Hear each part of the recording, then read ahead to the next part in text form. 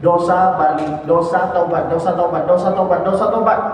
Lalu kemudian meninggallah dia. Datanglah Munkar Nakir, datanglah surat Al-Mulk.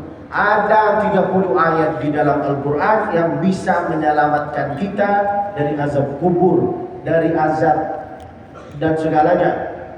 Apa 30 ayat ini? Yaitu adalah surat Al-Mulk. Seorang pendosa ini, Pak, dosa balik, dosa balik, dosa balik, dosa balik. Ketika dia meninggal, datanglah Munkar Nakir, datanglah surat Al-Mulk. Munkar Nakir berkata, anak ini, orang ini harus ditarik ke surga sebab dia itu selalu berdosa. Lalu apa kata surat Al-Mulk? Kalau kalian menarik dia ke neraka, berarti kalian itu seolah-olah menyiksa saya, dan saya itu tidak menerima sebab dia itu selalu membaca saya. Lama mereka itu berdialog. Akhirnya Allah bertanya kepada dua ini, Munkar Nakir sama surat Al-Mulk. Apa ini? Apa ini? Apa ini? Ini apa? Nah, lalu apa kata Munkar Nakir? Ini harus ditarik ya Allah ke neraka sebab dia itu banyak dosa ya Allah. Apa kata surat Al-Mulk? Ya Allah, dia itu selalu membaca saya. Berarti di hatinya dia yaitu adalah ada surat Al-Mulk. Saya tidak rela melihat dia itu tersiksa. Kalau ini tersiksa, maka seolah-olah kalian menyiksa saya. Nah, akhirnya karena mereka berdialog lama, apa kata Allah Subhanahu wa taala? Syufi'at atau syufi'at, 30 ayat yang bisa kasih kepada kita itu syafaat. Kepada seorang pendosa ini syafaat.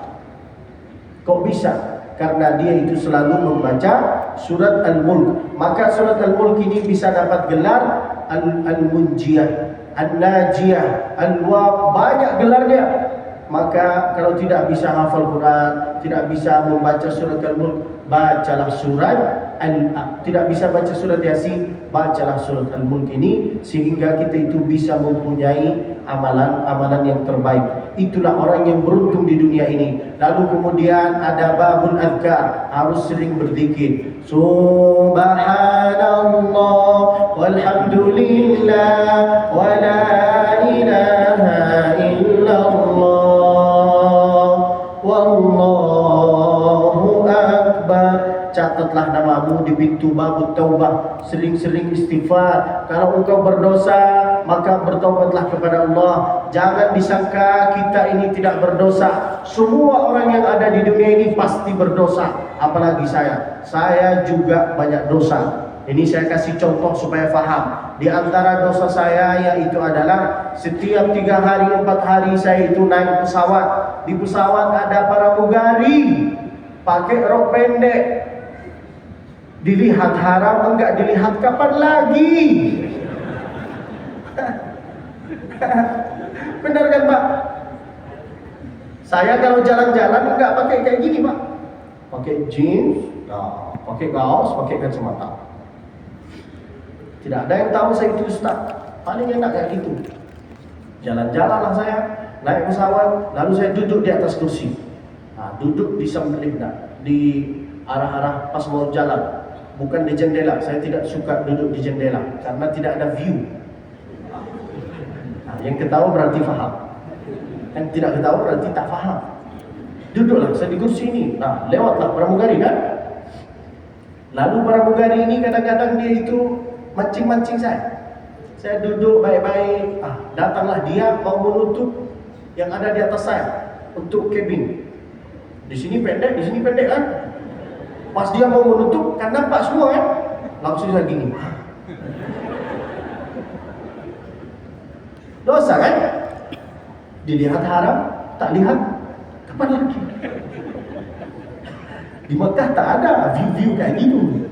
Cuma hanya ada di sini. Maka langsung saya lihat kayak gini. Nah, saya itu bukan malaikat. Seperti bapak saya. Kadang malaikat, kadang saya. Itu bapak bukan saya. Jangan tersinggung.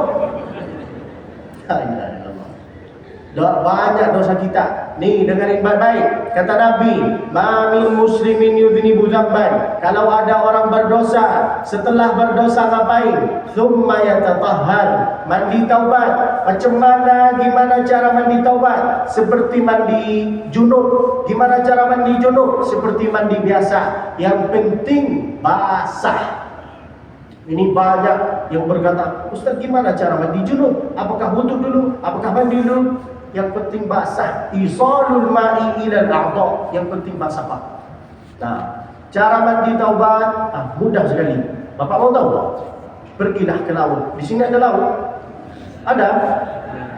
Jalanlah engkau sampai tengah laut. Insya Allah, kalau Bapak jalan sampai tengah laut, saya yakin dan percaya, insya Allah dosa-dosanya engkau hilang, engkau pun hilang. Itulah tata cara mandi taubat. Jangan diamalkan, hilanglah nanti engkau. Ma'amin muslimin yudhnibu dzamban, kalau ada orang berdosa, jangan disangka dosa yang itu adalah harus mabuk, zina, khamar, enggak. Dosa bersangka baik itu dosa. Bersangka tidak baik itu dosa. Riba dosa. Apalagi maaf ya ibu-ibu, kalau melihat kawannya banyak cincin di sini, lalu engkau melihat kayak gini, sok-sok cantik. Benar kan? Itu dosa. Kalau ada orang berdosa, tsumma yatatahhar, mandi taubat. Setelah mandi taubat apa? Ngambil air wudu. Nah, ini dengarin baik-baik. Waktu saya itu sudah habis, saya akan ringkaskan. Mengapa Nabi mengajarkan kepada kita kalau mau ngambil air wudu khusus tangan, mesti dari atas ke bawah. Mengapa tidak seperti kita sekarang? Nah, kita ini kalau ngambil air wudu kadang-kadang gini kan? Benar kan? Mengapa Nabi mengajarkan dari atas ke bawah? Supaya air itu masuk ke dalam kuku. Air kalau tak masuk ke dalam kuku, Pak, wudunya tidak sah, sholatnya tidak sah. Kata Nabi apa? "Aghfaraka kukumu fa inna syaitana yaq'udu ma qala minha." Karena sesungguhnya setan suka sembunyi-sembunyi di dalam kuku. Saya sering melihat banyak bapak-bapak yang suka memanjangkan di sini sama di sini. Lalu dia foto-foto kayak gini.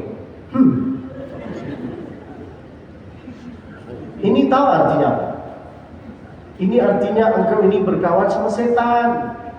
Tanda kepalanya setan kayak gini, qarnai asy-syaitan. Nah. Serius. Ini tanda kepalanya setan. Ini banyak bapak-bapak. Dia itu tak tahu apa artinya ini. Ada juga ibu-ibu yang foto-foto saya sama saya kayak gini. Ini artinya tahu apa? Ini artinya jadikanlah saya yang kedua. Ibu mau? Saya juga tidak mau. Nenek. Bercanda. Nah, itulah hikmahnya Nabi mengajarkan, ambil air wudu dari atas ke bawah. Potonglah itu, Pak. Yang suka memanjangkan, maaf jangan tersinggung, potong kuku ini. Setiap hari Jumat, di antara sunnah-sunnah Jumat, potong kuku, kumisnya dirapikan. Kebun kurma engkau ini, banyak bapak-bapak ini, kayak kebun kurma, Pak. Enggak dirapikan, enggak dipotong. Nih dengarin, kita ini kadang-kadang kalau datang ke masjid mau sholat dalam keadaan khusyuk, benar kan? Tapi nggak bisa, sebab kawan kita yang di samping kita pas sujud membawa kebun kurmanya. Seharusnya kita kalau sujud membaca apa? Subhana rabbiyal a'la. Tapi nggak bisa. Pas kita sujud, Allahu Akbar. Allahu Akbar. Mengapa? Karena kebun kurma. Potong. Jijik sekali. Apa ini? Potonglah. Oke, Pak. Mantarakat dunia, orang yang beruntung di dunia ini yang bisa melepaskan dunia, yang bisa melepaskan dunia sebelum dunia melepaskan dia. Apa artinya di situ? Beramallah, minta tolong. Nah, hadis itu terakhir, setelah itu ringkaskan, setelah itu selesailah pengajian ini. Man taraka dunya ma min muslimin yudnibu dzamban, kalau ada orang berdosa setelah itu thumma yatatahhar, mandi taubat, setelah itu ngambil air wudu, setelah ngambil air wudu baca apa? Asyhadu an la ilaha wa asyhadu anna Muhammadan, Allahumma ja'alni minan waj'alni min ibadika. Nah, mintalah tiga ini dari Allah Subhanahu wa ta'ala. Lalu kemudian istighfar. Banyak pintu surga, catatlah namamu di setiap pintu surga. Di antaranya yaitu adalah istighfar, zikir, rayyan, solat, solawat. Engkaulah yang catat sehingga engkau ini bisa menjadi orang-orang yang baik, yang beruntung di dunia. Kedua, wa man barra walidayhi qabla an yufariqahu. Orang yang beruntung di dunia ini yang bisa berbakti kepada orang tuanya sebelum orang tuanya meninggal. Kalau bahasan untuk kedua poin yang kedua ini, tanyalah ke Bapak Hilmi, Abah Hilmi. Karena saya yakin dan percaya beliau ini bisa sukses di dalam kehidupan ini karena beliau berbakti kepada orang tuanya. Tidak mungkin ada seorang yang bisa sukses di dunia ini kalau tidak berbakti kepada orang tua. Saya sendiri, saya kasih bocoran. Kami ini 10 Pak, 10 bersaudara. Dulu waktu saya di Makkah, bangun pagi-pagi, antri di depan WC. Sekarang saya tidak bisa merasakan itu karena saya di sini sendiri. Keluarga saya itu semua di Mekah. Marilah kita nangis berjamaah. Enggak jadi. Macam mana? Sampai mana di sini? Nah, lalu kemudian saya anak yang paling bandel. Bandel di Mekah itu artinya yang suka main bola futsal dengan apa ini? Volley, supaya ada kejiwaan laki-laki. Di sini banyak laki-laki seperti bencong. Ayo Ustaz, mainlah volley, berenanglah, main bola. Di Makkah anak yang paling bandel itulah, suka main bola, suka volley, suka berenang, suka ini. Saya tipe orang yang suka main. Nah, lalu kemudian semua adik-adik saya itu duduk di rumah. Anak kalau duduk di rumah, orang tua itu enggak khawatir, benar kan? Nah, anak saya di sini, yang tidak ada di rumah itu saya. Lalu orang tua saya itu selalu mendoakan saya, semoga Abdul Basit selamat ya Allah. Semoga Abdul Basit ini dikasih oleh Allah banyak rezeki, banyak ini ya Allah. Karena saya itu bandel, tidak sering nampak di depan mata orang tua, maka saya sering dapat doa dari orang tua. Doa orang tua, doa ibu kepada anak seperti doa Nabi terhadap umat. Luar biasa itu. Maksud saya di situ apa? Berbaktilah kepada orang tua. Semua yang di dunia ini bisa sukses karena doa orang tua. Ustaz Abdul Somad, Bapak Hilmi, saya sendiri bisa duduk di sini karena keberkahan dan doa orang tua. Bapak-bapak, abang-abang yang punya orang tua, minta tolong jangan lawan omongan orang tuanya. Rumus menghadapi orang tua itu cuma 3. Diam. Jangan dilawan. Orang tua yang bisa dianggap sebagai orang tua yaitu adalah 3 orang. Pertama, man rabbaka, yaitu adalah ayah kita diri sendiri. Kedua, man 'allamaka, guru.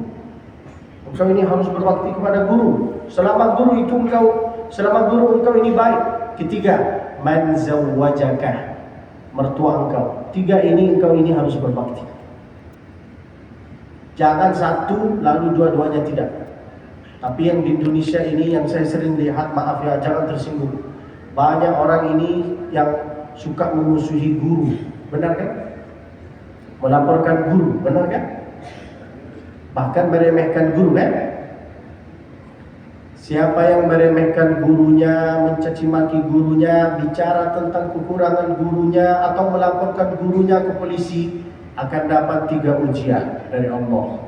Pertama, man istakhaffa bi ustadihi, siapa yang meremehkan gurunya atau orang tuanya atau mertuanya, 3 ini. Man istakhaffa bi ustadihi ibtalahu Allah bi 3 asya'. Allah itu akan uji dia dengan 3 perkara. Pertama, nasiya ma hafizah, semua hafalan yang dia hafal akan terlupa. Kedua, wa kalla lisanuhu, semua ucapannya dia terhadap masyarakat tidak berfungsi sama sekali. Ketiga, ujian paling ngeri yaitu adalah waftaqara ila akhirih, semua dia hidup banyak uang tapi seperti hidup dalam keadaan miskin, banyak buta, tidak sukses dalam kehidupan ini. Banyak kan? Banyak enggak? Karena kita itu suka meremehkan satu di antara tiga ini.